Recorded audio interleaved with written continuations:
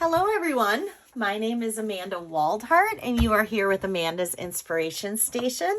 Welcome to my weekly Wednesday video. If you are watching me on YouTube, I would love for you to hit that subscribe button if you do not currently subscribe to me, especially if you love the video. I have a goal that I've had all year round of reaching 500 YouTube subscribers by the end of December, and I am so close. So if you do like watching my weekly Wednesday videos, I would love for you to hit that subscribe button. And if you're watching me on my blog at amandasinspirationstation.com, I would love for you to head on over and hit that subscribe button on your YouTube channel. Okay, so today I have some really adorable Christmas cards, but the thought behind it was, let's use our designer series paper scraps, because we all get designer series paper. We all cut it down to certain sizes for our cards, and then we always have these like leftover scraps, right? Like, I mean, I'm going to show you just some scraps of some old paper that I had. I mean, look at all these like little scraps that I have. We all have them. So I have two cards here that we are going to make using our scraps.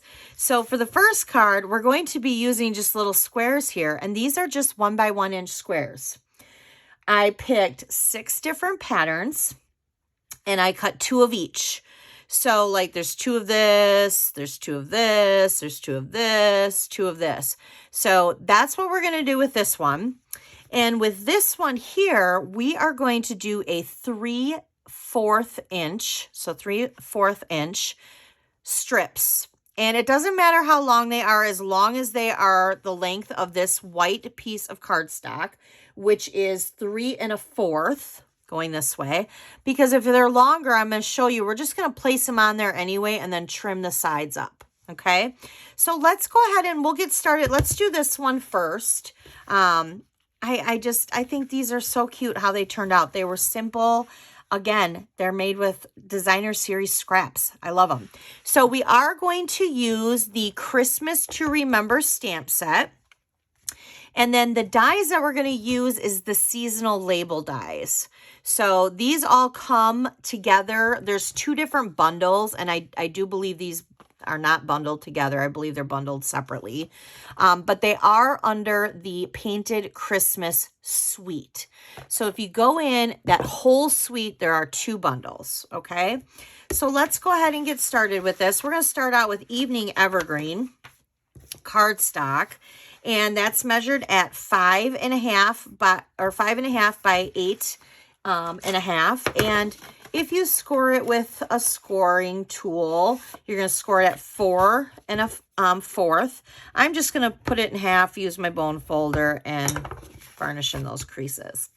All right, so now I have two pieces of basic white, and I have 1 piece of the soft seafoam. So one of the white pieces and the soft seafoam measure at the same size. They're 4 by 5 1/4, because this is going to be my first layer here. And whatever your first layer is, if you're doing it like this, where you just have a little bit of frame around it, it's always the same size as you do for your inside. It always helped me to remember that it was like, okay, this was always the same size. So I'm going to go ahead and put my white piece on the inside. And I'm just going to set that in there like that. And since I'm doing my layers flat, because I'm only popping up my dyed pieces, I'm going to go ahead and put this on flat.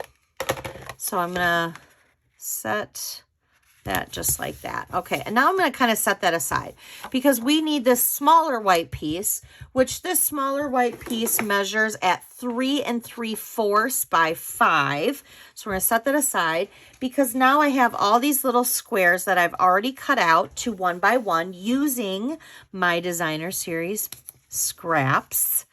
So you can really put them in any order that you want. I put them in, I'm going to put them in the same order that I did with my card up here. And that's only because then I can follow what I'm doing here. Copy, case, whatever you want to call it. So I'm just doing it like that. Now, I want to make sure to help myself measure it out. I want to make sure that I'm leaving a little bit of a frame. So I'm going to do the top part, but then what I think I'm going to do is once I adhere the top part, which, I wish I had nails here. I have no nails. I used to have nails. I don't know what it is, but my nails grow great in the summertime, which is weird because I do a lot of like planting and stuff like that. And I'm in my pool a lot, which makes my nails soft. But yet in the wintertime, ugh, they're terrible. So I generally don't have any nails in the wintertime. All right, so I'm going to go ahead and I'm going to do it like that. And then I'm going to start from the bottom, because I want to make sure that I have enough of this frame around the edge, and then I'll just fill in the center, okay? However you feel more comfortable doing it. Basically, we're paper piercing, right? So let's go ahead and we'll go like that. I have them going 2 different directions, and that's okay because I like it like that. If you don't, you can pierce it however you want. So I'm going to go like that. Let's see here. I really should be using my multi-purpose glue.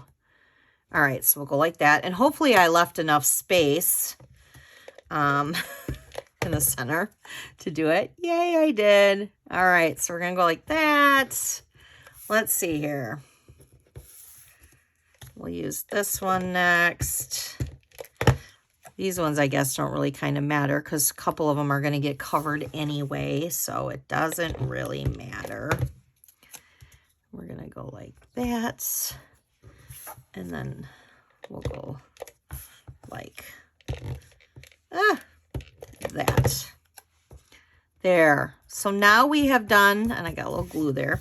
We have now done our little bit of our paper piercing. Okay, cute. All right, so now I have this mesh ribbon. I love this stuff. It looks thick and bulky. It is not. It is so wonderful to work with. And I'm just going to wrap it around here like this. I'm going to give it a little cut. And what I'm going to do is I'm going to kind of bring it. I want the bow to be on this side. And I'm literally just going to tie a little bow here. It is so easy to work with. I think it's so pretty. All right, so we're just going to go like that. Now I'm going to flip this over because I'm going to place this flat onto our card. And if you want to like make sure it's a little secure with this mesh, you could take some of your tear and tape. You could just place it down like that. That way it's sticking through the mesh. You can peel it. If I can get it peeled now. There we go. Peel it like that. And then we're going to place this to the front of our card. Because we're going to do it flat like that. All right. Now we're going to stamp. We're going to just use Real Red today. Real Red ink. That's all we're going to use. And we're going to do the Have a Holly Jolly Christmas this year. Okay. Sorry. Had to. Had to do it. All right. So now to give this dimension, because we did everything flat, I am going to use my dimensionals to place this on top of the Evening Evergreen die because I want to give it some height. And then I'm going to turn it around and I'm going to pop that up as well. So we'll do this, and I'm going to do one more because I decided not to go across there. All right. I think these are fun cards to use up that DSP. I just love it. All right. There you go.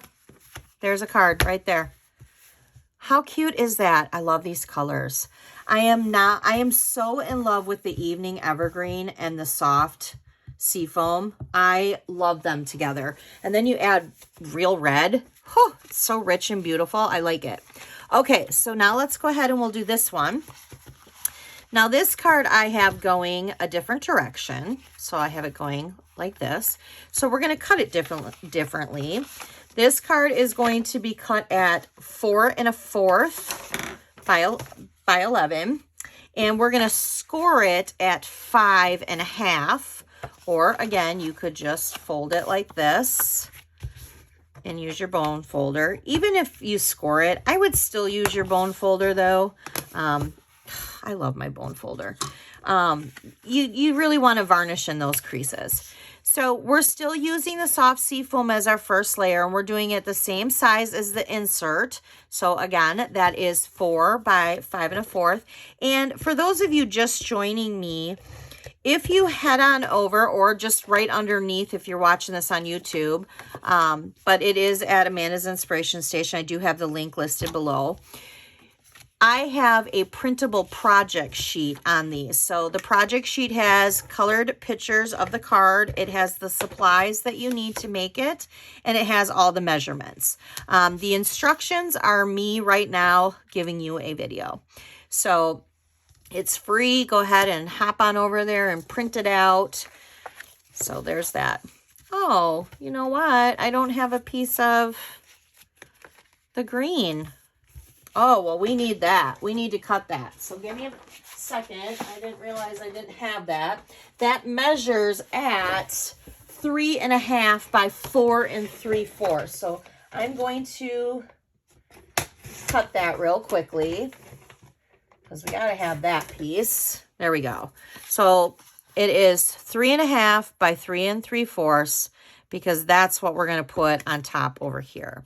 Now, another thing you could have done is you could stamp on the edge here for like a little bit of background, but I wanted the focal point of these cards to be the designer series paper, because that's what the scraps are, okay?